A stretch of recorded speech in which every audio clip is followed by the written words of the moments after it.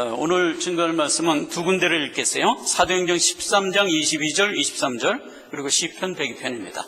다윗을 왕으로 세우시고 증거하여 가라사대 내가 이새의 아들 다윗을 만나니 내 마음에 합한 사람이라 내 뜻을 다 이루게 하리라 하시더니 하나님이 이 약속하신 대로 이 사람의 씨에서 이스라엘을 위하여 구주를 세우셨으니 곧 예수라.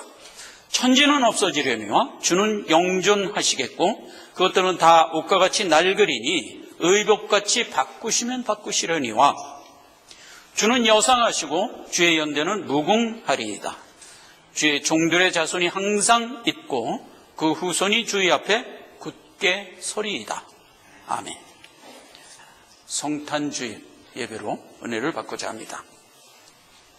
성경은 주, 우리의 구세주죠. 주를 계시할 때 언제나 두 가지를 계시하는데 그 하나가 그는 하나님이다. 이 부분을 하나 얘기하고요. 그 다음에 이어서 자기 자녀의 주 되시며 아버지 되신다 하는 것으로 언제나 껴묻혀서 계시를 합니다.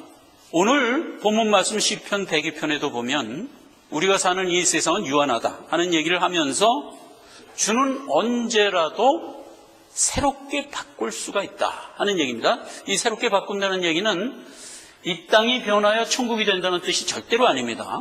바꾼다는 얘기입니다. 그러니까 이 땅은 이대로 수완이 닿으면 끝나고 새로운 것을 만드시는데 그거를 어느 정도로 쉽게 하실 수 있다? 의복을 바꿀 정도로 그렇게 쉽게 하시는 분이다. 그래서 이제 그 주에 대하여 그 전능성에 이제 포인트를 준 겁니다. 그리고 이제 주는 여상하시고 무궁하시다. 그게 이제 주님이에요. 즉 하나님인데 그 하나님이 어떻다는 얘기예요? 종들의 자손을 항상 품고 계시대요. 그리고 그 자녀들이 주 안에서 늘 견고히 선대요. 그 얘기를 항상 함께 묶어서 자기를 계시하는 겁니다. 자, 그러면 그래서 우리는 하나님의 자녀니까 주 안에 견고히 서 있는데 여기 말대로 하면 무궁히 영원토록 주 안에 있었다. 주님이 좀 그걸 얘기하는 거예요. 그럼 이제 우리의 수완이 이제 길어야 100년인데 어떻게 우리가 주의 그 영존 속에 우리가 있었냐? 아니, 우리는 영원히 주의 품 속에 있었다고요. 만세 전에 우리를 정했다고 그랬잖아요. 그러니까 하나님은 만세 전에 그 의중에 우리의 각각의 이름이 있었다고요. 그리고 오고 오는 모든 세월 동안에 우리를 이 땅에 태어나게 하는 것으로 마침내 완성하여 주 안에서 견고히 서서 영원 세계로 들어가도록 이렇게 역사한 게 주와 우리다 하는 얘기입니다. 자, 그렇게 주는 항상 자기를 계시하는 겁니다. 그래서 주님은 자기가 우리의 주 되신다는 얘기를 성경에서 여러 번 물론 언약 가운데 얘기를 하지만 많은 증거를 통하여 얘기를 합니다. 이사야서 45장 19절에 이렇게 되어 있어요. 나는 흑암한 곳에서 은밀하게 이걸 얘기한 적이 없다. 언제나 확실하게 얘기했다. 너희로 하여금 나를 헛되이 경배하도록 한 적도 없다. 언제나 분명히 보고 잡을 수 있도록 했다. 이 얘기는 이제 신약에 들어오면 사도 요한일서에서 아주 분명하게 얘기했죠. 아버지의 아들을 세상의 구주로 보내신 것을 우리가 보았고 들었다. 이 성경을 기록한 1장 1절에는 태초부터 있는 그 말씀 주에 대해서는 우리가 들은 바요, 눈으로 본 바요, 주목하여 손으로 만진 바다. 그래서 이제 예수님이 2000년 전에 말구에서 태어난 것으로 해서 수많은 주의 백성들이 그를 친히 손으로 만졌죠. 자, 이왕에 오늘 이제 이 땅에 강세한 날을 기념하여 기리는데 주요 선지자들의 입을 통해서 예언한 부분을 잠깐 살펴봅시다. 먼저 창세기 49장 10절입니다. 홀이 유다를 떠나지 아니하며 치리자의 지팡이가 그 발 사이에서 떠나지 아니하시기를 실로가 오시기까지 하리라. 그에게 모든 백성이 복종하리라. 여기서도 주가 이 땅에 오고 자기 백성이 함께한다 하는 얘기로 묶는 겁니다. 야곱이 이렇게 예언을 했습니다. 실로가 오시기까지 한다 했을 때 이 실로가 메시아예요. 여러분, 실로라는 말은 성경에 딱 요 때 하나밖에 안 나오는데 실로와 엮인 단어를 보면 그게 메시아인 걸 알 수 있어요. 무두셀라를 아시죠? 무두셀라가 심판자를 보내셔서 온 자라는 뜻이에요. 하늘로부터 왔다 하는 뜻의 실로. 신약경은 실로암이라는 말도 있죠. 자비를 가지고 오신 자. 샬롬이라는 말도 실로의 결합어입니다. 뭐죠? 평강.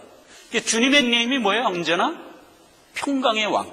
그래서 이제 실로 그러면 그게 오실 메시아에 대한 닉네임이다 하는 겁니다. 야곱이 이걸 예언했었죠. 그 다음에 신명기 18장 15절에는 내 하나님 여호와께서 너희 중 내 형제 중에서 나와 같은 선지자 하나를 너희를 위하여 세우리니 너희는 그의 말을 들으라. 이렇게 해서 이제 구주 예수를 모세가 또 이렇게 예언을 했었습니다. 이사야서 7장 14절에는 그러므로 주께서 친히 징조로 너희에게 주실 것이라. 보라, 처녀가 잉태하여 아들을 낳을 것이요 그 이름을 임마누엘이라 하리라. 9장 6절에 보면 이는 한 아기가 우리에게 낳고 한 아들을 우리에게 주신 바 되었는데 그 어깨에는 정사를 맺고 그 이름은 디며자라 모사라 전능하신 하나님이라. 영존하시는 아버지라 평강의 왕이라. 여기 평강, 실로라는 말이 또 나오죠. 할 것이라 할 것임이니라. 이렇게 해서 이제 이사야 선지자가 예언을 했어요. 근데 이 얘기는 굉장히 재밌는 상황 가운데서 이 얘기를 준 겁니다. 잠깐 약해를 하면 이런 상황에서 준 거예요. 이스라엘 왕 중에서는 제일 악한 자를 누구로 치죠? 아합. 그렇죠? 그러면 유다 왕 중에서는 제일 악한 자를 누구로 치냐? 아하스를 쳐요. 12대 왕 아하스를 칩니다. 근데 그 아하스 왕이 하도 악하니까 어느 정도로 악했는지 아세요? 열왕기 후서 16장에 보면 기록되어 있어요. 몰렉을 했을 정도예요. 이건 엄청나게 악한 겁니다. 근데 악함의 최고봉이에요. 그렇게 악했어요. 그러니까 이제 하나님이 아하스 왕을 징계하기 위해서 아람 군대를 일으키고 거기다가 이스라엘 대가까지 연합시켜갖고 쳐들어오게 한 거예요. 그러니까 이제 아하스 왕이 이제 큰일 났지. 쩔쩔매고 있는데 그때 당시에 사역한 선지자가 이사야였거든요. 그 이사야 선지자한테 가서 이제 빌은 거예요. 그랬더니 이사야 선지자가 기도를 해보니까 이 일로는 유다가 안 망하겠거든. 그래서 이제 답변을 줍니다. 아하스 왕이요, 이번 이 사건으로는 유다가 안 망합니다. 안심하시오. 이랬단 말이에요. 그런데 뭐 벌어지고 있는 상황이 장난이 아니잖아요. 아하스 왕이 이제 그 선지자의 말을 듣고도 벌벌벌벌 떨고 있었단 말이에요. 그랬더니 이사야가 그렇게 정 못 믿겠으면 이게 틀림없이 당신 안 망한다는 징조를 하나님께 구해라. 그런데 이제 아하스는 구하지도 않았어요. 하도 답답하니까 이사야가 아유 그러면 하나님께 받은 징조 대신 줄게 하면서 딱 준 징조가 바로 이거예요. 처녀가 아들을 낳을 것이다. 이런 정도 징조를 주면 되겠냐? 이거예요. 생각을 해보세요. 처녀가 어떻게 아들을 낳아요? 결혼을 해서 남편이 있어야 아들을 낳잖아요. 그럼 그건 있을 수 없는 일을 징조로 준 거란 말이에요. 그럼 징조로 그 정도 되면 될 만하죠. 있을 수 없는 일을 징조로 주고 자, 이 일이 이루어졌으니까 너 안 망할 거라는 확실한 믿음을 갖겠냐? 이렇게 되는 거란 말이에요. 근데 뭐 아하스는 그렇게 징조를 줬는데도 뭐 계속 자기는 벌벌벌 떨고 상황은 지나갔어요. 지나가갖고 유다가 안 망했어요. 그런데 한 가지 재밌는 거는 그때 이사야가 준 징조가 아하스 그 사건 때로부터 700년 후에 그때 나타나는 거예요. 그러면 여러분 징조라는 게 이래도 되는 거예요? 이럴 수 없는 거예요. 징조라는 거 사전에 나와야지. 예를 들면 뭐 옛날에 우리 때는 그 대학교 들어가기 굉장히 힘들었어요. 떨어질까 뭐 붙을까 하면서 쩔쩔매고 있을 때 누군가 징조를 주는 거야. 너 대학교 틀림없이 붙을 수 있어. 징조를 하나 줄게. 그러면서 준 징조가 내일 아침 시험 보러 가기 전에 해가 서쪽에서도 뜰 거야. 이런 식으로 줘야 되는 거 아니에요? 그렇죠? 그래서 이제 이 친구가 아침에 일어나서 창문을 열고 하늘을 보니까 아니 해가 동쪽에서 떠야 되는데 그날 서쪽에서 뜨는 거야. 오, 이거 틀림없는 합격할 징조로구나 하고 가서 시험 보고 합격했더라. 이렇게 돼야 되는 거 아니에요? 원래 징조라는 게 그래야 되는 거예요. 그런데 아침에 일어나서 뜩 창문을 열어보니까 해는 여전히 동쪽에서 뜨네. 뭐야 이거? 그리고 이제 대학을 붙은 거야. 뜩 붙어가지고 3학년이 됐는데 어느 날 해가 서쪽에서 뜬 거야. 바람맞 징조 줬잖아. 그럼 어떻게 되겠어요? 자식 날 놀리나? 그럼 뺨 맞지? 징조라는 건 사전에 줘야죠, 사전에. 근데 700년이나 후에 일어날 일을 징조라고 딱 주고, 그러니까 너 안 망할 거야, 믿음 가져. 이게 조금 이상하단 말이에요. 그러나 오늘 우리가 이사야 선지자의 이 예언의 말씀을 통해서 한 가지 교훈을 받고 나갑시다. 하나님은 영원 속에 계신다고 그랬어요. 오늘 시편 102편에서도 그랬잖아요. 그는 영존하시고 무궁하다 그랬어요. 근데 우리는 어때요? 우리도 그의 안에서 영원을 지금 함께하고 있어요. 영원을 사는 자에게 시간 개념은 없는 겁니다, 여러분. 우리는 지금 죄된 세상에서 살기 때문에 시간의 제약을 받아요. 그러나 우리가 완성돼서 내 본향 천국으로 가면 우리는 영원 세계를 사는데 그때는 시간 개념이 여기처럼 이러지 않아요. 과거, 현재, 미래가 언제나 동시에 있는 거예요. 이거는 이해할 수가 없는 겁니다, 우리가. 그러나 그걸 이해하라 이거예요. 하나님은 징조가 700년 후에 나타나든 그때로부터 2000년 후에 나타나든 아무 상관이 없는 거예요. 진짜 중요한 건 뭐냐? 그 징조가 하나님의 입에서 나왔느냐가 중요하단 말이에요. 만약 하나님의 입에서 그 징조가 나왔다면 이 말이에요. 라면 2000년 후에 나타나던 700년 후에 나타나던 아무 상관이 없는 거예요. 그건 틀림없는 거예요. 그렇죠? 이 교훈을 받으라는 거예요.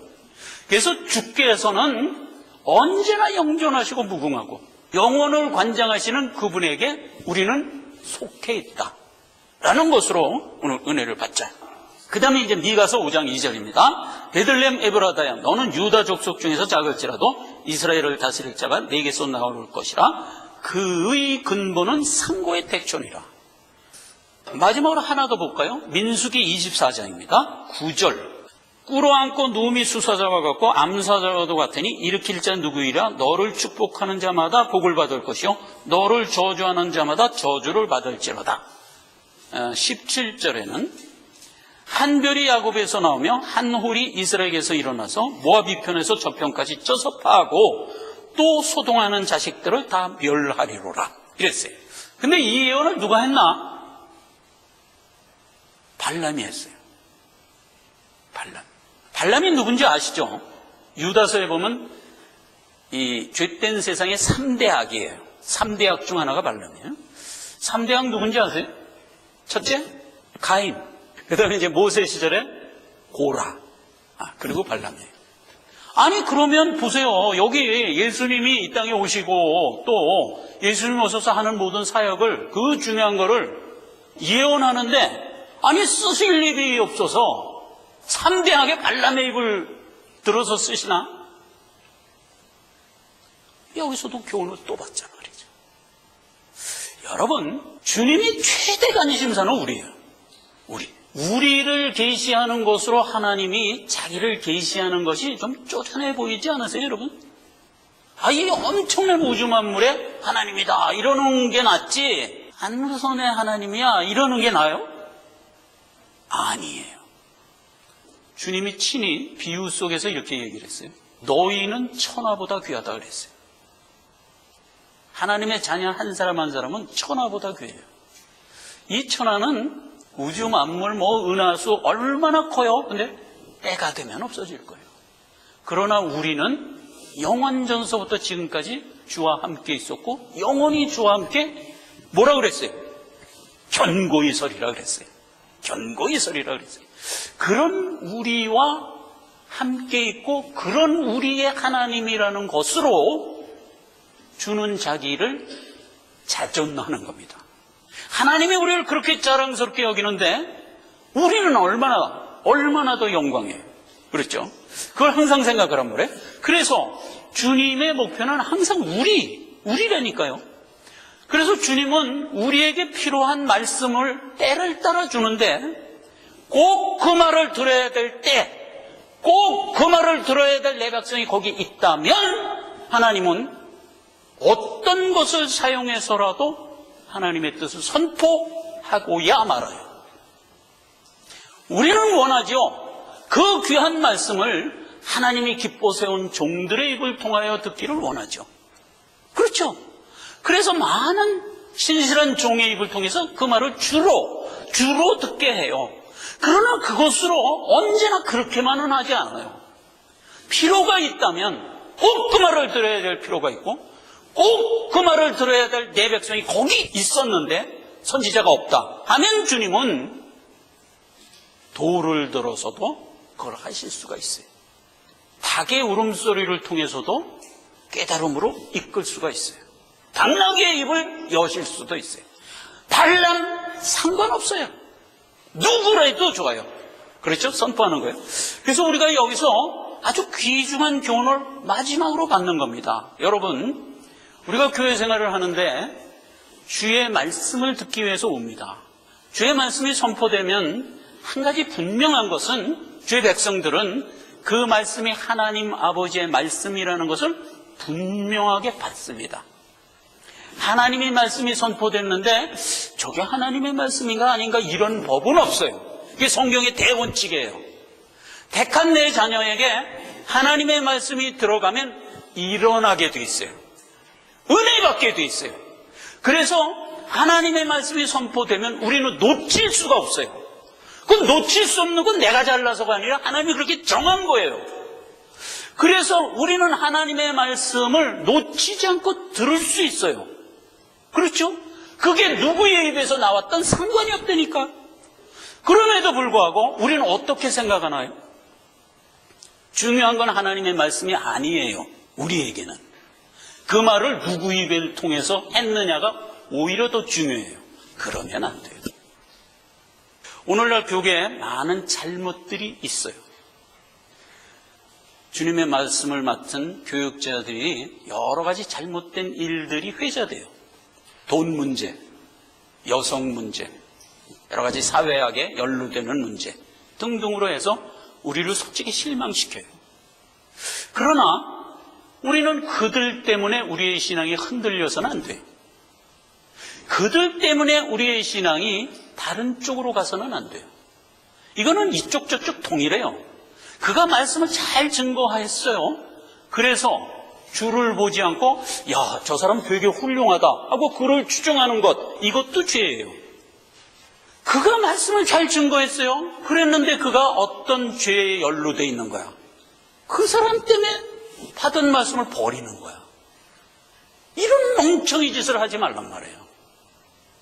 오늘날 교회에서 수많은 신자들이 교회를 떠나요. 근데 떠나는 이유가 전부 이런 이유로 떠나요. 이게 참 성도의 모습이 아니다 이 말이에요. 우리는 그럴수록 더 주의 말씀을 견고히 붙드는 자가 되어야죠. 그럴수록 더욱 주께 가까이 가서, 여기 뭐라고 그랬어요? 항상 주님의 품 안에 우리가 견고히 서리라 그랬잖아요. 하나님의 약속이잖아요. 뭘 걱정하냔 말이에요. 우리가 관심 가져야 될 것은 오직 하나님의 말씀이라니까. 하나님의 관심은 누구라 그랬어요? 오직 우리라니까. 우리도 마찬가지란 말이에요. 우리의 관심은 오직 하나님의 말씀이냐 아니냐, 그것으로 충분한 거예요. 그것으로 충분한 거예요. 그 말이 닭의 입을 통해서 온 게 무슨 상관이 있냔 말이에요. 이런 큰 교훈을 우리가 받는 겁니다. 자, 여러분, 주께서 이런 예언 가운데 이 땅에 왔어요. 와서 우리에게 하신 일이 뭘까요? 하신 일은 아주 간단해요. 우리를 형벌 가운데서 구하고 우리를 자라게 해요. 그럼 형벌 가운데서 구한다는 것은 죄 중에 있는 우리에게 죄사함을 허락했다는 얘기죠. 자라게 이끄는 일을 하예요. 에스겔서 34장 23절, 내가 한 목자를 그들을 위해 세워 먹이게 하리라. 그래서 그는 이 땅에 오셔서 우리의 목자가 되는 거예요.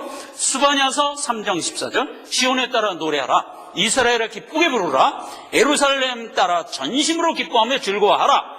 여호와 너희 하나님이 형벌을 제하였고 너희 원수를 쫓아냈다.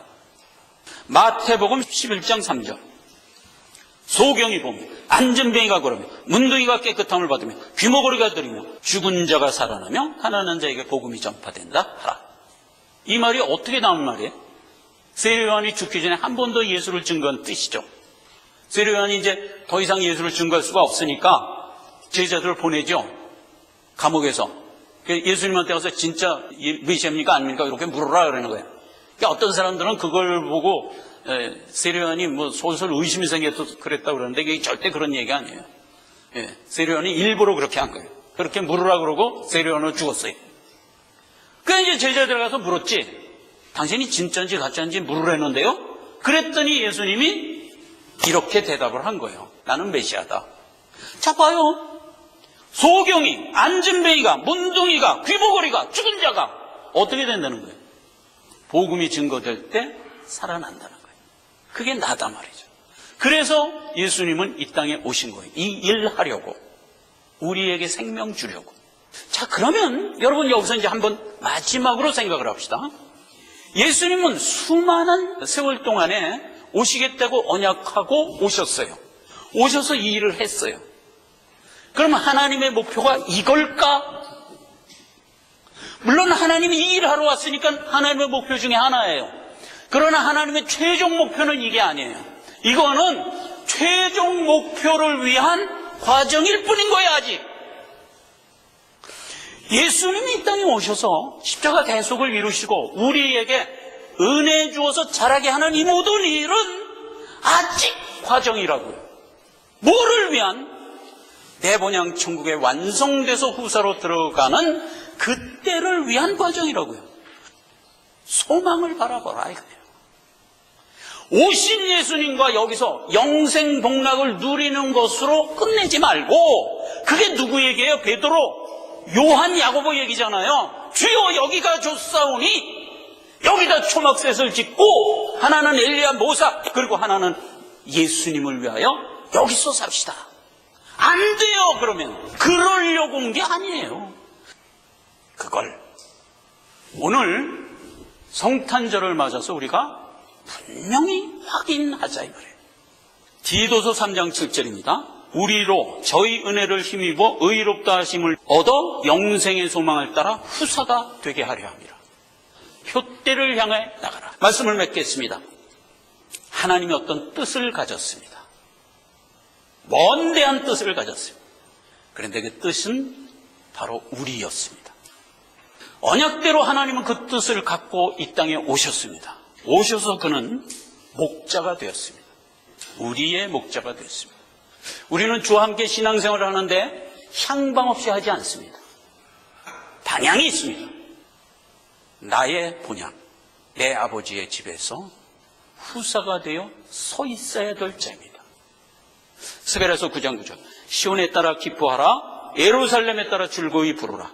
내 왕이 내게 임하나니 그는 공의로우시며 구원을 베풀며 겸손하여 나귀를 타고 왔다. 스바냐서 2장 3절. 여호와의 규례를 지키는 세상의 모든 겸손한 자들아. 우리를 짓지 않은 겁니다. 주님이 겸손히 우리를 구했을 때 우리도 겸손히 주를 따르는 자. 이렇게 우리는 나의 표대를 향하여 나아가고 있다. 오늘 예수 믿은 지 얼마나 되셨습니까? 우리의 수원 동안에 우리 예수 믿고 가는 이 길에 성탄절을 기린다면 우리는 하나님의 뜻을 온전히 알고 이 날을 맞는 겁니다. 기도하겠습니다. 하나님 아버지 은혜를 감사드립니다. 오늘 성탄주의를 맞았습니다. 우리가 하나님의 목적물인 것을 다시 한번 깨달으며 감사를 드립니다. 우리의 이 연약한 것을 품으시며 견고히 붙들어 주신다. 이 귀한 소망을 우리가 가지고 목표를 향하여 힘차게 나가게 하옵소서. 예수님의 이름으로 기도했습니다. 아멘.